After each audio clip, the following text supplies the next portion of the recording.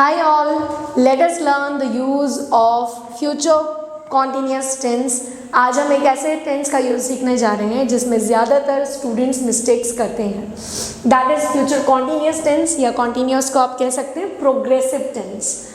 इस टेंस में हम अज्यूम करते हैं यानी कि मान के चलते हैं action to be happening in future, कि एक्शन फ्यूचर में किसी पॉइंट ऑफ टाइम में हो रहा होगा।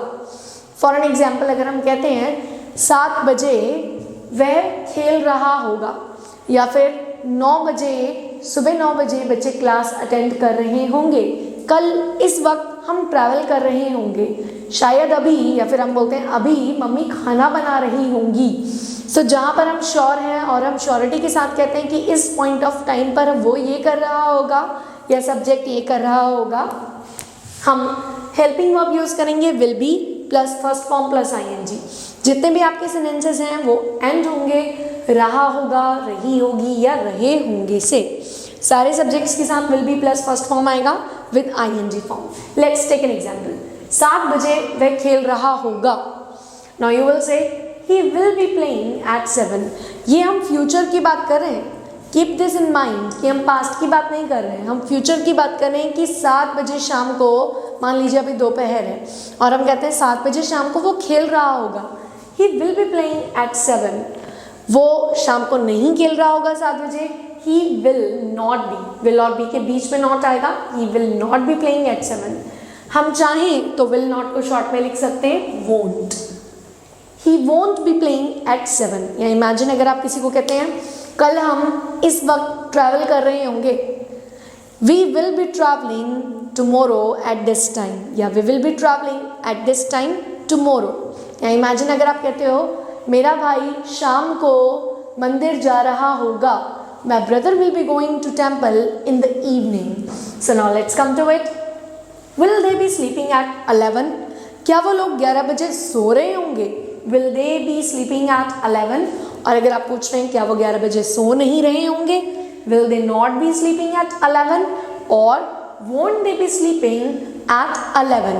This is how we use. और क्यों नहीं सो रहे होंगे?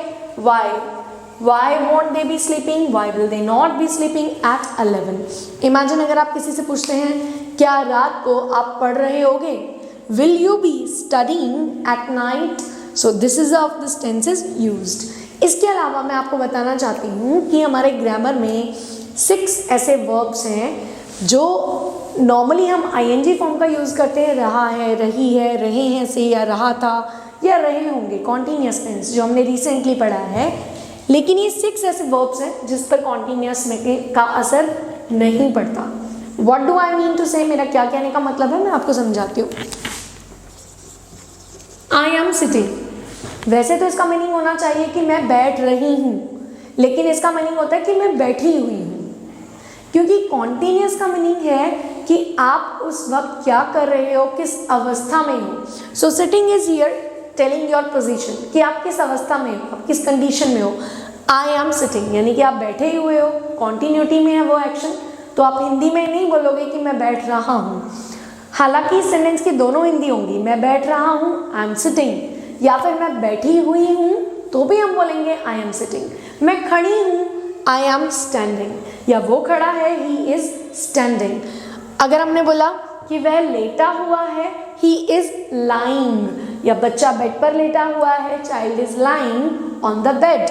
या इमेजिन करो अगर मैंने बोला कि मैंने रेड जैकेट पहनी हुई है, I am wearing red jacket. हालांकि इस लाइन का एक और मीनिंग हो सकता है कि मैं रेड जैकेट पहन रही हूँ, लेकिन ऐसे भी बोल सकते हैं कि मैंने कुछ भी पहना हुआ है, I am wearing. Right, now let's come to it. Carrying, imagine अगर मैं बोलती हूँ कि मैंने मार्कर पकड़ा हुआ है, I am carrying a marker. उस लेडी ने एक पर्स पकड़ा हुआ है, she is carrying a purse.